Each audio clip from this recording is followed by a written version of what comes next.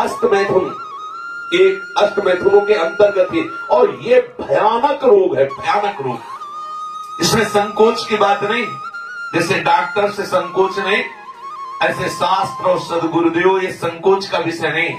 ये वो भयानक रोग है जो कैंसर से भी, टीबी से भी बड़ा भयानक रोग है, बड़ा भयानक रोग। उसकी तो औषधि, इसकी औषधि नहीं है, वो तो प्रारब्ध से आ रहा है। ये आप वर्तमान क्रिया को बिगाड़ कर अपना नाश कर रहे हैं। छोटे छोटे बच्चे जब स्कूलों में जाते हैं और उनको गलत विद्यार्थियों का संग मिलता है, तो प्रत्येक 100 में एक को नहीं कह सकते, 99 के जैसा हम मिले हैं अभी तक, 100 में एक को नहीं कह सकते, लेकिन 99 ऐसे मिले हैं, 100 में 99 जो इस रोग से ग्रसित हैं। पहले शायद वो पढ़ाई अपने लोगों के यहाँ नहीं थी, आज हमें बच्चे बताते हैं कि एक चैप्टर भी इसी प्रसंग का रखा जाता है। किसी विद्यार्थी जीवन से आए हुए साधु वेश में अपने उपासक ने बताया कि हम लोगों को शिक्षा दी जाती है कि जैसे खून निकल जाता है तो नया खून और बलवर्धक बनता है, ऐसे ही इस ब्रह्मचर्य का नाश करना अति आवश्यक है, क्योंकि वो हटेगा तो समस्त मांसपेशियों में नई शक्ति जागृत होगी। बोलो कितनी बड़ी हानि की बात, कितने बहुत बड़े दोष की बात। छोटे छोटे बालकों की जिनकी किसी भी तरह से ब्रह्मचर्य नष्ट करने की अवस्था नहीं हुई, वो अपने ब्रह्मचर्य का संहार कर रहे हैं केवल मनोरंजन के लिए। प्लेग, इन्फ्लुएंजा, ये रोग इतने बड़े महामारी नहीं जितना महामारी ये रोग है, जिसे बच्चे और बच्चियां खिलवाड़ समझ रही, मनोरंजन समझ रहे, ये करना आवश्यक ही है ऐसा समझ रहे, सुविधाएं दी जा रही, कहा जाता खेलो हंसो, मार दिया। अभी किसी योग्य नहीं हो पाए और उनको सारी योग्यता नाश करने की शिक्षा दे दी गई और नष्ट हो गए, ना वो गृहस्थी लायक रह गए, न विरक्ति लायक रह गए। ये जो हस्तमैथुन जनित महारोग से, भयानक रोग से ग्रसित साधक जो भी मनुष्य, जो भी बच्चे हैं, सावधानी, बिल्कुल अपनी मृत्यु का वर्ण कर रहे हैं। और हम ये पक्की बात कर रहे हैं, 100 में 99 इस दोष से ग्रसित हैं, 100 में 99, 98 नहीं 99। और हम जब उनसे पूछते हैं तो पता चलता है ये केवल स्कूल में ही पूरी ट्रेनिंग हो जाती है। आपस में 4 बच्चे बैठकर ऐसे गंदे आचरण से युक्त हो जाते हैं जो जीवन में इससे निकल पाना बड़ा कठिन है। नाना प्रकार की, गंगा की कसम, यमुना की कसम, भगवान की कसम, गुरु की कसम, सब कसम एक तरफ, खाने के बाद 1 मिनट बाद जहां वो अपने स्वरूप में कामाग्नि जागृत हुई, नष्ट हो जाता है साधक। ये जो हस्त क्रिया के द्वारा अपनी वीर शक्ति का नाश कर रहे हैं, बिल्कुल समझ लें ये अनिष्टकारी चेष्टा पहली बात अगला जन्म तुम्हें मनुष्य का नहीं होने देगी, क्योंकि तुम इतना भयानक अपराध कर रहे हो। हर वीर शक्ति में वो जीवाणु है जिससे मनुष्य का जन्म होता है, आप उसको किस तरह से नष्ट कर रहे हैं, पहला महापाप तुम कर रहे हो। दूसरी बात, जैसे किसी लकड़ी में घुन लग जाता है, अंदर अंदर उसे खाली कर देता है, ऐसे ही ये क्रिया हर साधक को, हर बच्चे को, हर मनुष्य को जर्जर कर देती है, उत्साहहीन कर देती है, निकृष्ट भावना से युक्त कर देती है। कोई भी इस हस्त क्रिया को यदि स्वीकार किए हैं तो उसका फल देख ले, बिना प्रयास के वो वीरहीन होता रहेगा। कसम खाइए कि मैं जीवन में कभी हस्तमैथुन नहीं करूंगा। श्री जी को साक्षी करके इसका निर्वाह कीजिए, विश्वास कर लीजिए, आपकी परमार्थिक या व्यवहारिक जो भी उन्नति सबके नाश का प्रधान कारण है। आप ऐसे कारण को स्वयं कर रहे हैं। गृहस्थी धर्म में तो जब संयोग होगा तब होगा, आप इसमें प्रतिपल मर रहे हैं, प्रतिपल। और ये आपको इतना कमजोर, इतना परास्त कर देगा, आप भगवत मार्ग में चल नहीं सकते। आप इसे निश्चय करें, इसी क्षण निश्चय करें कि मैं कभी भी हस्त क्रिया के, कोई भी साधक, स्त्री या पुरुष, कोई भी साधक, किसी भी प्रक्रिया के द्वारा हम ऐसा, जब तक गृहस्थ धर्म से युक्त होकर हम भगवत पूजा की भावना से संतान उत्पत्ति वाली क्रिया, वो अलग चीज, अपने किसी चेष्टा के द्वारा हम ऐसा नहीं करेंगे। जो ऐसा करते हैं उनकी समस्त इंद्रियां दुर्बल होती जाती हैं, एक एक नस से उनकी शक्ति का ह्रास होता जाता है और उनके मुंह में पीलापन, सिकुड़न बिना वृद्धावस्था के से दिखाई देने लगती है। नस में दौर्बल्य, बार बार स्वप्न दोष, नाना प्रकार के गंदे संकल्प, नाना प्रकार की जलन उनके हृदय में प्रकाशित हो जाती है और वीर शक्ति इतनी द्रवित हो जाती है कि उनको पता ही नहीं लगता कब स्खलित हो गई। इसलिए साधक सावधान, ऐसी गलती बिल्कुल न करें, बिल्कुल न करें, क्योंकि शरीर के भीतर एक मनोवाहा नाम की एक नाड़ी है। इस नाड़ी के साथ संपूर्ण नाड़ियों का संबंध है। जे ही आप कामासक्त होकर के इस क्रिया को करते हैं, संपूर्ण आपके शरीर की नस नाड़ियां कांप जाती हैं। शरीर से लेकर मतलब सिर से लेकर पैर तक संपूर्ण यंत्र, छोटी मोटी सब नाड़ियां कंपायमान हो जाती हैं। फिर उस रक्त से मंथन करके फिर जो निकलता है उसे वीर्य कहते हैं। कितना बड़ा नाश कर रहे हैं आप। इस धातु से दौर्बल्य, प्रमेह, स्वप्न में, मधुमेह, बड़े कठिन कठिन रोग घेर लेते हैं। पक्षघात, ग्रंथिवात, संधिवात, अपस्मार, मिर्गी, पागलपन, भीषण भीषण पीड़ाएं शरीर में, न जाने कितने निंदनीय रोग इस क्रिया के द्वारा होने लगते हैं। इसलिए प्रत्येक उपासक को, चाहे वो गृहस्थ मार्ग का हो या विरक्त मार्ग का हो, बिल्कुल ऐसी क्रिया न करे। जब कोई हस्त क्रिया करता है तो उसके सीधे कलेजे पर धक्का लगता है। जब क्रिया करता है तो संपूर्ण नाड़ियों में हलचल और हृदय पर धक्का लगता है, जिससे उसका दिल कमजोर होने लगता है। और वही सबसे ज्यादा जिसे हार्ट अटैक कहते हैं, वही कारण होता है। वीर चरण ही उसका प्रधान कारण होता है। क्षय, खांसी, श्वास, यक्षमा महाभयानक रोगों का बुलावा है। हृदय रोग से पीड़ित अभागे मनुष्य किस क्षण मर जाए कोई पता नहीं। मस्तिष्क पर जो एक ऊर्जा शक्ति, विचार शक्ति होती है, वो नष्ट हो जाती है। जो ये हस्त क्रिया को करते हैं उनको देखते ही पता चलता है करते हैं। कुछ ऐसे लक्षण होते हैं जिनको देखने से ही पता चलता है ये सब वो प्रतिपल अपने आप को चौपट कर रहे हैं। कितना पागलपन है। आप अपने जीवन को नष्ट कर रहे हैं। पागल खाने में अगर देखा जाए तो 5 आदमी ऐसे मिलेंगे 100 में जो किसी अन्य घटना से पागल हुए। 95 ऐसे मिलेंगे जो विषय के कारण पागल हुए, जिन्होंने ब्रह्मचर्य को छीण किया है और उनकी मेधा शक्ति कमजोर हो गई और पागल हो गए हैं। ये व्यभिचार प्रवृत्ति किसी भी लायक नहीं रहती। सैकड़ों पागल खाने में जांच करने पर ज्ञात हुआ है कि जितने भी पागल हैं उनमें से 95 केवल इस बात से पागल है, भ्रष्ट आचरण से। आप परिश्रम युक्त, साधना युक्त आप रहिए। ये आजकल के माता पिता स्वयं सावधान नहीं, बच्चों के सामने ऐसी चेष्टाएं करते हैं कि उनकी सामर्थ्य नहीं कि अपने बच्चों को रोक सके। वो समझते हैं कि बच्चों से ये बातें करना ठीक नहीं है।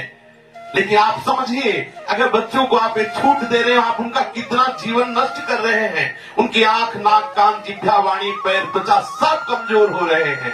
और इस कारण जब वो गृहस्थ धर्म में प्रवेश होते तो गृहस्थी लायक नहीं रह जाते, गृहस्थी लायक नहीं रह जाते इन क्रियाओं के करने के कारण। माता पिता को, सदगुरु को चाहिए, उपदेशक को, कि अपने आसपास इस बात को कहे कि वो कभी ऐसी गंदी चेष्टाएं ना करें। सदगृहस्थी में जानते को पहले आचार्य परंपरा थी, सब जाकर गुरुकुल में रहते थे, ब्रह्मचर्य रहते थे। फिर जिनको गृहस्थ में जाना होता वो गृहस्थ में जाते, जिनको नैष्ठिक ब्रह्मचर्य का व्रत लेना होता वो वैरागी होते।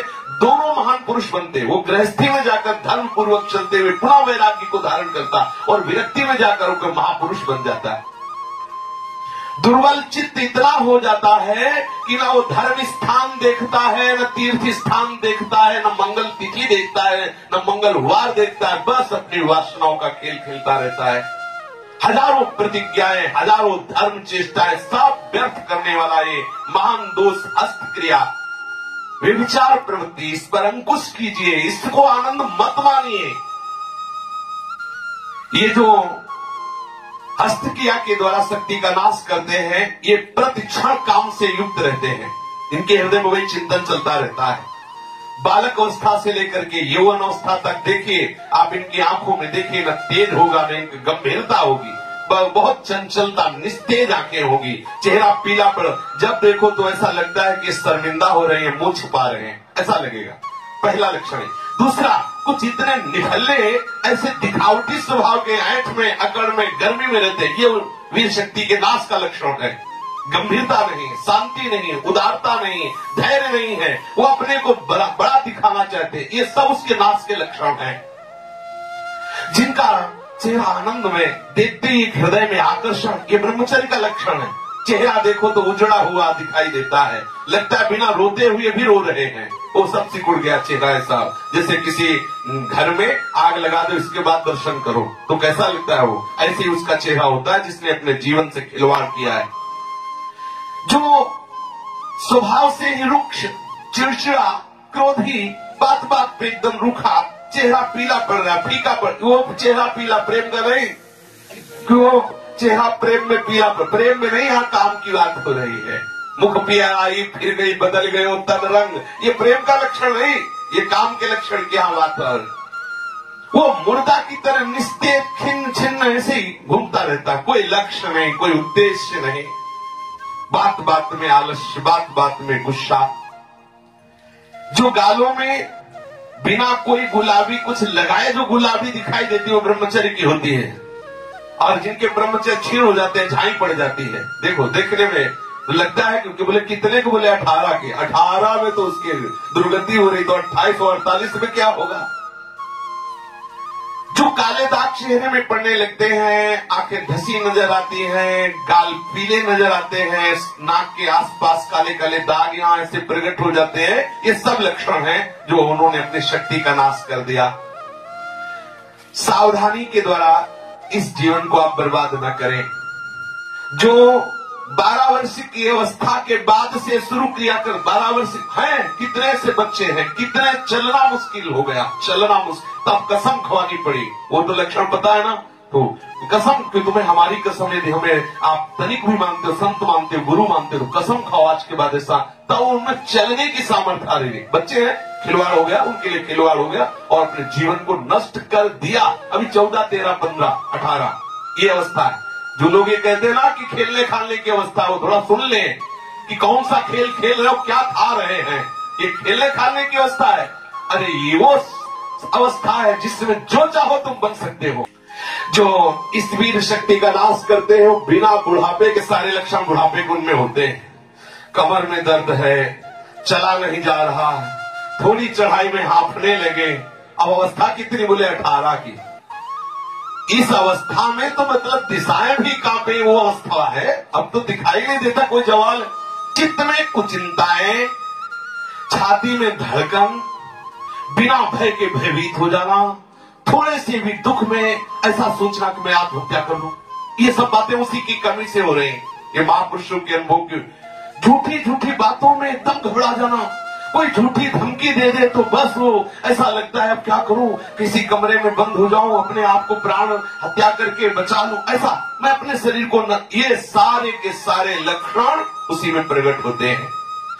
जो ब्रह्मचर्य का नाश करता है, नींद ना आना या सोना तो कुंभकर्ण की तरह, मुर्दे की तरह सो जाना, आलस्य, जरा जरा देर में वो निरुत्साहित बातें, आंखों में जलन, भारीपन, ये सब, स्वप्न दोष अधिक होना, ये सब उसी के लक्षण है जो आपने गलतियां की है।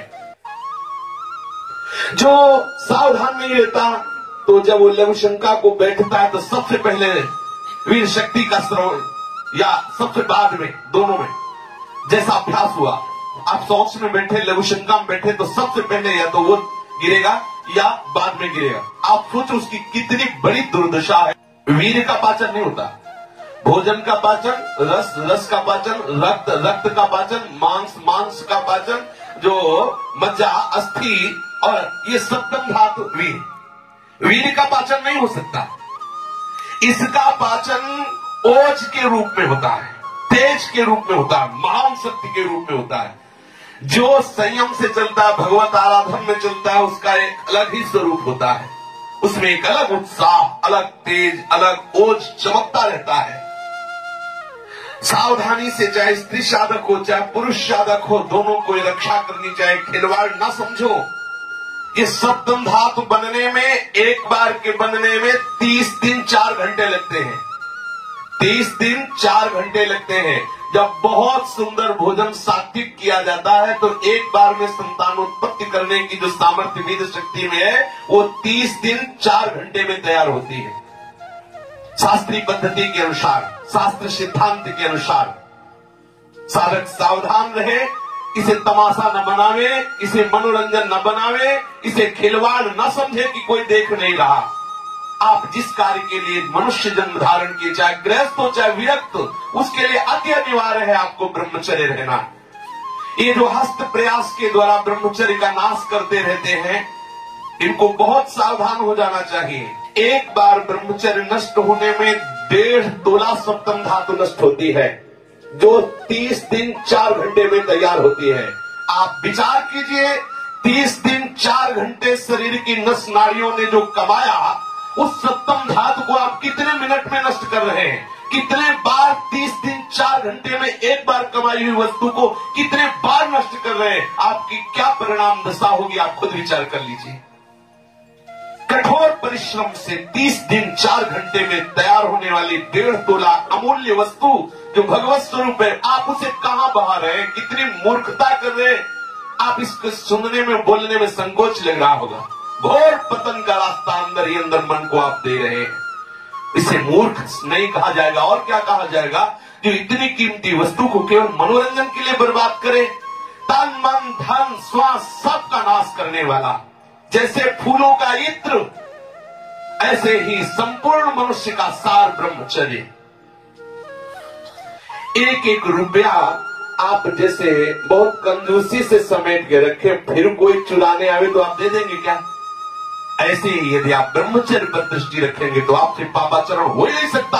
आपको जलन हो जाएगी कि हम कितना जल के कैसे सदाचार से चल रहे हैं, और ये आकर्षण हमें कैसे ब्रह्मचर्य को नष्ट कर सकते। वो भागेगा, हर स्थिति से भागेगा। वो अपने ब्रह्मचर्य को सच्ची मानिए, ब्रह्मचर्य में ही सामर्थ्य है हर द्वंद्व सहने की, हर द्वंद्व सहने की। जितने भी साधकों की या मनुष्यों की जो दुर्दशा है शास्त्र विरुद्ध आचरणों से, उसका कारण ब्रह्मचर्य का नाश। जरा विचार करो, जो दिन में 2 बार, जो 3 बार, या 2 दिन में, 3 दिन में, या चौथे दिन में ऐसा करते हैं, आप उन पर विचार कीजिए कि 30 दिन 4 घंटे में तैयार होने वाली वस्तु को वो 2 दिन में, 3 दिन में, या 1 दिन में 2 बार, या ऐसा आप सोचो उनकी कितनी बड़ी दुर्दशा हो रही, वो कहां पहुंचेंगे। आज कसम खा लो, बार बार कह रहे हैं, और ये हम दूसरों के लिए नहीं कह रहे, अपने लोगों के लिए कह रहे हैं, अपने लिए कह रहे हैं। अपने लोगों को कसम खा लेनी है, हम भूल कर कभी हस्तक्रिया के द्वारा अपने ब्रह्मचर्य का नाश नहीं करेंगे। जो अष्टमैथुनों में वर्णन, हम एकांत में कभी स्त्री से संभाषण कामुक होकर नहीं करेंगे, हम कभी एकांत में खड़े होकर किसी स्त्री को नहीं ताकेंगे, कभी वो हम चेष्टाएं नहीं करेंगे जिससे हमारा भगवत मार्ग रुके। जो गृहस्थ है उनके लिए भी यही नियम है, एक पत्नी व्रत धारण करने वाला ब्रह्मचारी ही कहा जाता है। इसलिए सावधान, गृहस्थी में भी जाना तो तब तक ब्रह्मचर्य का पूर्ण निर्वाह करें जब तक आप गृहस्थ धर्म से युक्त ना हो जाए, और यदि विरक्त है तो आजीवन आप भले चले थोड़े दिन, लेकिन इसको सह जाएंगे तो इतने आनंद में रहेंगे, इतनी शीतलता, इतनी द्वंद्वों से लड़ने की सामर्थ्य रहेगी, इतना उत्साह भगवत प्राप्ति को होगा। आप खुद देख लीजिए।